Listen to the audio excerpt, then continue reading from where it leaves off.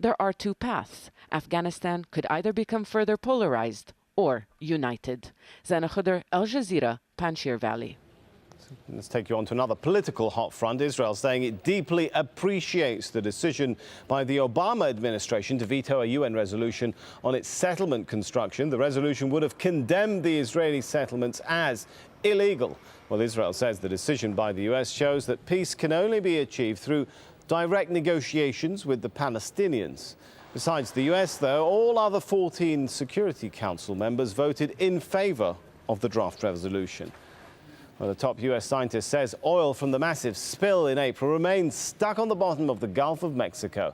Samantha Joya of the University of Georgia says the oil hasn't degraded, that life along parts of the seafloor has been damaged. Joy conducted her research through submarine dives around the spill site. Her findings appear to contradict claims by BP that the region would fully recover by next year. Well, in the US, multi-billion-dollar deficits are forcing state governors to plan huge cuts in spending. And Wisconsin has felt a backlash, with about 100,000 attending a fifth straight day of protests. Public sector workers accuse the state's Republican governor of using the crisis to remove their union rights. Roger Wilkinson has more. For the fifth straight day, they came to protest a budget proposal that would strip public employees of most of their collective bargaining rights. Wisconsin's new Republican governor says the measure is needed to trim the state's $3.5 billion deficit. It's either a matter of making reductions and making modest requests of our government employees, or looking at massive layoffs at a time when we don't need anybody else laid off. Show me what democracy looks like! These public employees say Walker's move to limit their collective bargaining rights and force them to contribute more to their pensions and their health care goes too far. They say his intention is to break the back of the public employee unions. All of us know that cuts need to be made. Everybody knows that everybody's got to pay more. That's not the issue. The issue is that there is language in the bill that busts our union.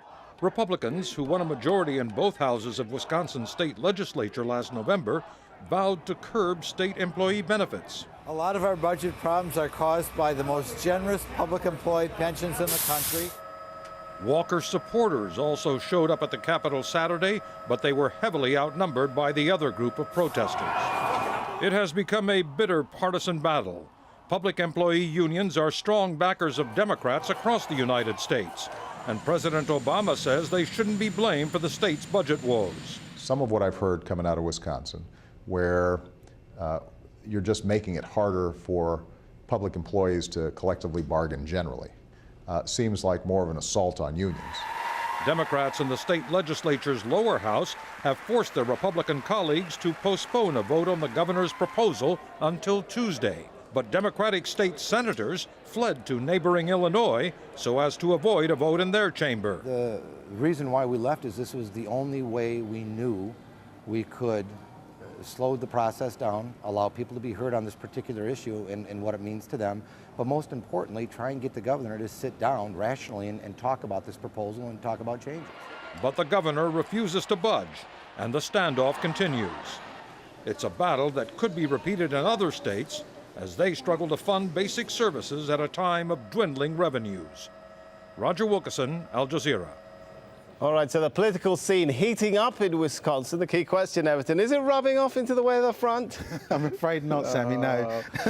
If anything, it's going to get worse there. I mean, we've got beautiful blue skies there at the moment. However, over the next couple of days, we're looking at a significant amount of snowfall coming in across the northern plains into the Midwest. Wisconsin could be badly hit, actually. That may well affect the number of the people processing.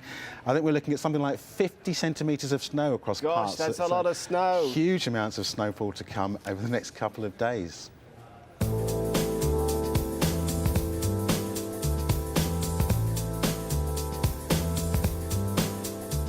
Well, you can see from the satellite picture this huge massive cloud now coming in across the Rockies, and it's making its way further eastwards. See how it's expanding as well, so vast amounts of Wintry weather pushing in across the northern plains and moving into the Midwest. Look at that, huge whiteout in place here. Some of that wintry weather will sneak its way across the border into central parts of Canada, southern parts of Saskatchewan, Manitoba, pushing all the way across into Quebec. Could see some very wintry weather over the next day or so. It's not all bad news though. Look at the warmth that we have down across the south. 23 degrees there for Dallas, well above the seasonal norm here, and 18 degrees to come there for Atlanta. Some of this warmth will push its way up towards DC, so we'll get up to 18 degrees as we go on through Monday, but ahead of that, well, there's still plenty of snow in place just around the lakes, and that's pushing its way into New England, eastern parts of Canada. Chillier weather will make its way in behind for Dallas. Chilly enough across Europe, plenty of snowfall around here as well. Pockets of snow over towards the east. Ukraine's seeing some snow just around the Balkans.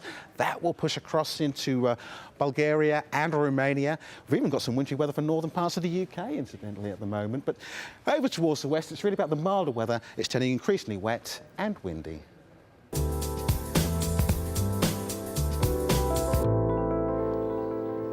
Well, coming up, Libya's oil billions. Ordinary Libyans want to know where the money is. Plus, racist or realistic? The Australian mural that's stoking huge controversy over immigration. That's in a few minutes. And we find out why women in South Africa are still battling sexual violence.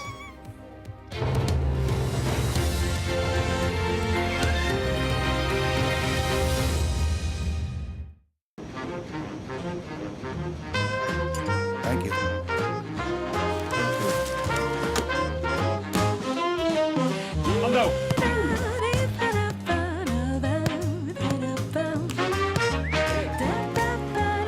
It's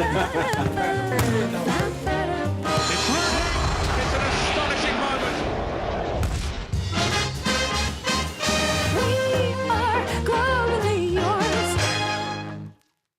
An uprising on the streets, showing no sign of relenting.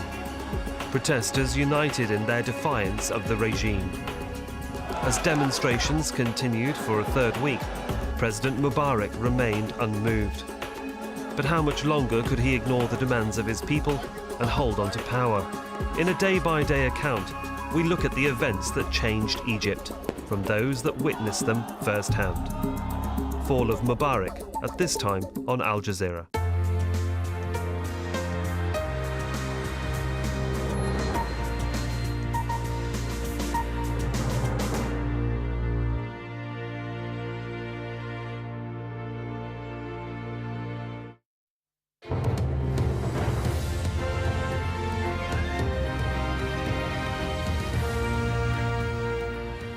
Welcome back. Let's recap the top stories here in Al Jazeera now. Human Rights Watch says 104 people have been killed in a crackdown on anti-government protesters in Libya. The worst violence appears to be in the eastern city of Benghazi. Protests have begun again on Sunday in Bahrain's Pearl roundabout after the military withdrew. The government has offered to talk. Opposition groups, though, are calling for a strike. There are reports of shots being fired as pro and anti-government supporters clashed outside Sana'a University. Well, no injuries have been reported so far as unrest in Yemen enters its 9th day. Well, many people in Libya are, as we've heard, protesting about unemployment and poverty, but the country has the